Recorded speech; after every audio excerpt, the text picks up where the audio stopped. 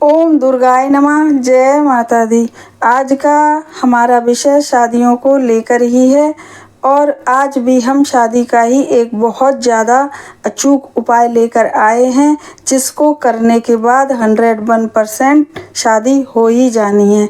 क्योंकि जब बच्चों की शादियां नहीं होती हैं, लड़के हों चाहे लड़कियां, तो माता पिता के लिए बहुत ज़्यादा परेशानी का विषय बन जाता है। क्योंकि हर माता पिता का सपना होता है कि हमारे बच्चों के सारे काम, पढ़ाई लिखाई, करियर और सारी सुख सुविधाएं और शादी भी एक समय से हो जाए तो बहुत ज़्यादा अच्छी बात है। लेकिन सब कुछ हो गया है पर शादियां ही नहीं हो पा रही हैं बच्चों की, लड़के लड़कियों की, तो यह बहुत ज़्यादा परेशानी का विषय बन जाता है, लड़के लड़कियों के लिए भी और माता पिता के लिए भी। तो आज हम ऐसा अचूक उपाय लेकर आए हैं जिसको लड़के लड़कियां भी कर सकते हैं और माता पिता भी कर सकते हैं, कोई भी कर सकता है। और इस उपाय को सोमवार के दिन करना है। भोले बाबा का यह उपाय है क्योंकि कहते हैं कि कुंडली का जब 7वां घर पीड़ित होता है तो वह अक्सर राहु, केतु, शनि, मंगल इन सब अशुभ ग्रहों से पीड़ित होता है। तो जब हम शिव जी के कोई भी उपाय करते हैं भोलेनाथ के, तो उनके उपाय से, उनकी पूजा से ये सारे ग्रह जो हमारे बच्चों की शादियों में रुकावट डालते हैं, अशुभ हो जाते हैं या अपनी कुदृष्टि से 7वें घर को देखते हैं, तो शादी के लाख उपाय करने के बावजूद भी, लाख उपाय पूजा पाठ आप चाहे कुछ भी करवा लीजिए लेकिन शादी होएगी नहीं। यह बताई गई बात है, बहुत सारे लोग इसे मानते भी हैं। तो किसी किसी को पता भी नहीं होता है, बस माता पिता सोचते हैं कि पता नहीं जाने क्या कारण है जो हमारे बच्चों की शादियां नहीं हो पा रही हैं। तो इन सभी अशुभ ग्रह जो होते हैं, जो रुकावट डालते हैं, उनकी रुकावट को दूर करने के लिए ही आज का जो हमारा उपाय है, तो इस उपाय को करने से 101% सब जो शादी में रुकावटें आ रही हैं वह सब खत्म हो ही जानी हैं। इस उपाय को करने के लिए किसी भी प्रकार से कुंडली को दिखाने की ज़रूरत ही नहीं है क्योंकि यह एक कॉमन उपाय है, बहुत ज़्यादा सरल उपाय है, बहुत ज़्यादा चमत्कारिक उपाय है। बस करते समय यह है कि आप जब भी इस उपाय को करें तो बड़ी श्रद्धा भाव से करें और विश्वास के साथ करें कि अब हम ये उपाय करने जा रहे हैं तो हमारे बच्चों की शादियां 101% हो ही जानी हैं। और एक बात के जिन भी बच्चों की शादियां नहीं हुई हैं वह तो इस उपाय को कर ही सकते हैं, उनकी शादियां निश्चित ही होंगी। लेकिन जिन बच्चों की, लड़के लड़कियों की शादियां हो चुकी हैं लेकिन शादी होने के बाद भी वे बच्चे परेशान हैं, बहुत ज़्यादा परेशान हैं, तो वह भी इस उपाय को कर सकते हैं। क्योंकि किसी कारण से या पूजा या पाठ से उनकी शादियां हो तो गई लेकिन जो ग्रह उनकी कुंडली में खराब थे वह शादी के बाद अपना असर दिखाने लगे और उनके जीवन में फिर से परेशानियां आने लगी। तो आज का हमारा उपाय वह बच्चे भी अवश्य ही करें तो देखेंगे कि उनको भी बहुत ज़्यादा लाभ मिलेगा जिनकी शादियां हो चुकी हैं और वह बहुत ज़्यादा परेशान हैं अपनी शादी को लेके। तो अब हम चलते हैं अपने उपाय की तरफ। यह उपाय सोमवार को करना है और इस उपाय को लड़के लड़कियां भी कर सकते हैं, माता पिता भी कर सकते हैं। वीडियो को अंत तक देखिएगा क्योंकि हमारा जो उपाय होता है वह अंत तक जाके ही पूरा हो पाता है। उपाय बहुत ज़्यादा सरल है और बहुत सटीक है और बहुत ही जल्दी फल देने वाला है। अब करना क्या है, इसके लिए क्या सामग्री की आपको ज़रूरत पड़नी है यह हम बताते हैं। इसके लिए आपको चाहिए 7 तो बेलपत्र चाहिए और 1 कटोरी में थोड़ा सा शहद होना चाहिए और 1 कटोरी में आप ले सकते हैं पीला चंदन, और पीला चंदन ना हो तो हल्दी ले सकते हैं। फिर 1 कटोरी में 1 चुटकी काले तिल रखिए और उसी कटोरी में 1 चम्मच चीनी मिला दीजिए, मतलब तिल और चीनी दोनों मिल गए एक एक चुटकी लेके। और 1 कटोरी में थोड़े से चावल रखिए, 1 घी के दीपक की ज़रूरत है और 1 लोटा जल। तो इस प्रकार से जो बेल पत्र हम बता रहे हैं, या तो आप उनको घर पे ही तैयार कर लीजिए, क्योंकि मंदिर में जाके थोड़ा समय लगता है, कभी कभी भीड़ भी मिलती है।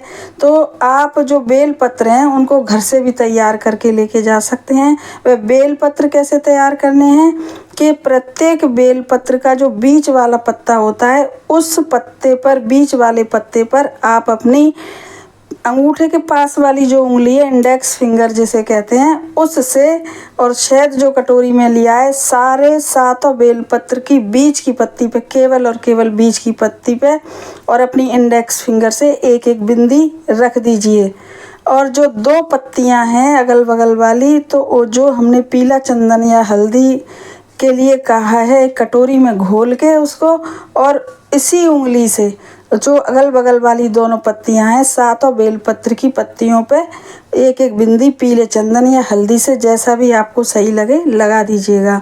और अपने एक के ऊपर एक, एक के ऊपर एक, एक के ऊपर 7 बेलपत्र इस प्रकार से रख के आपने जो मंदिर जाने के लिए पूजा की जो थाली बनाई है, हमने बताए थे कि एक कटोरी में एक चुटकी तिल, काले तिल और वो चीनी, और एक कटोरी में चावल, और एक थाली में रख लीजिए, और उसी थाली में ये 7 बेलपत्र रख लीजिए, घर से तैयार करके जो ले जा रहे हैं बेलपत्र, क्योंकि मंदिर में समय लगता है। और इस प्रकार से आप शिव मंदिर पहुंच जाएं, और वहां पहुंचने के बाद 2 मिनट, घर से चल के जा रहे हैं तो 1-2 मिनट अपने शांति पूर्वक मन को करके, और भगवान से थोड़ा सा सच्चे मन से, एकदम अपने मन ही मन में बोले नहीं, मन ही मन में सोचें, अपने बच्चे की शादी की प्रार्थना करें भोले बाबा से। और जो 1 लोटा जल भी जो आप ले गए हैं, और एक घी का दीपक भी, ये तो घी का दीपक हमेशा बताते हैं हम, कोई भी उपाय करें या कोई भी पूजा करें, और एक जल का लोटा भी बताते ही हैं।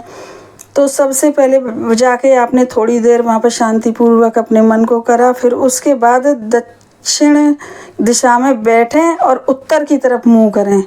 और अगर ना, यदि किसी को पता हो मंदिरों में कहीं पे भी जो भी है, तो जिस तरफ जलाधारी का मुंह होता है उस तरफ मुंह करके बैठें, और दक्षिण की तरफ बैठ के, तो आपका मुंह उत्तर में हो जाएगा। ऐसे बैठ के आप, और फिर शांतिपूर्वक बड़े अच्छे विश्वास के साथ मन से बच्चों की शादी के उपाय के लिए, या लड़के लड़कियां गए तो वह अपने लिए बहुत एकदम, उसके बाद वह लोटे से, जो लोटा लेके गए हैं जल का, उससे शिव जी का अभिषेक करें, शिवलिंग का।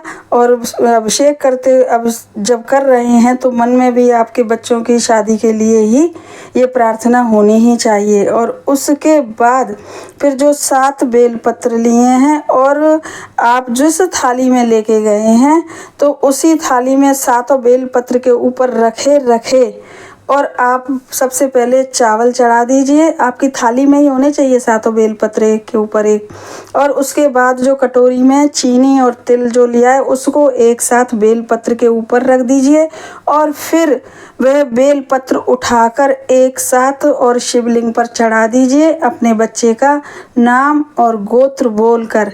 हम ये हमेशा ही बताते हैं कि जब भी किसी के निमित्त अगर पूजा करी जाती है और हम उसका नाम और गोत्र बोल देते हैं, तो वह पूजा उसी को ही जाके लगती है जिसके लिए हम कर रहे हैं। इसलिए बच्चों के लिए जब कोई भी आप पूजा करें, तो कुछ भी चीज़ भगवान पर समर्पित करें, तो बच्चों का नाम और गोत्र ज़रूर बोलें, चाहे लड़के हों चाहे लड़कियां। और अगर लड़के लड़कियां कर रहे हैं तो उन्हें नाम गोत्र बोलने की ज़रूरत नहीं है, क्योंकि वे तो अपने लिए कर ही रहे हैं। और ऐसा करने के बाद सारी जो बेलपत्र 7 और उस पर चीनी और वो सब काले तिल और चावल जो चढ़ाएं, उसे उठाकर बच्चे का नाम और गोत्र बोलकर शिवलिंग पर समर्पित कर दीजिए। और थोड़ी 2 सेकंड के लिए आप प्रार्थना करिएगा, और एक मंत्र बता रहे हैं, इस मंत्र को आप या तो 11 बार या तो 7 बार बोलिएगा। और वह मंत्र है गौरी शंकराय नमः। गौरी शंकराय नमः, क्योंकि गौरी, पार्वती और शिव जी दोनों का ही मंत्र आ गया, यानी कि शादी का यह विशेष उपाय है।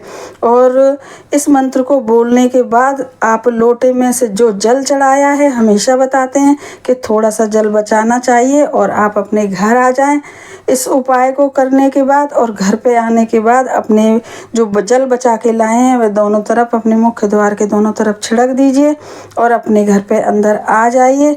आप देखेंगे इस उपाय को करने के बाद कितनी ही जल्दी आपके बच्चों की शादी के रिश्ते आने शुरू हो गए। जहां आप चाहते थे वहां पे बात नहीं बन पाई थी, लेकिन अब इस उपाय को करने के बाद आपकी बात चाहे लड़कों की हो चाहे लड़कियों की हो 101% बन ही जानी है। इसलिए इस उपाय को आप अवश्य से करिएगा। यह आजमाया हुआ उपाय है।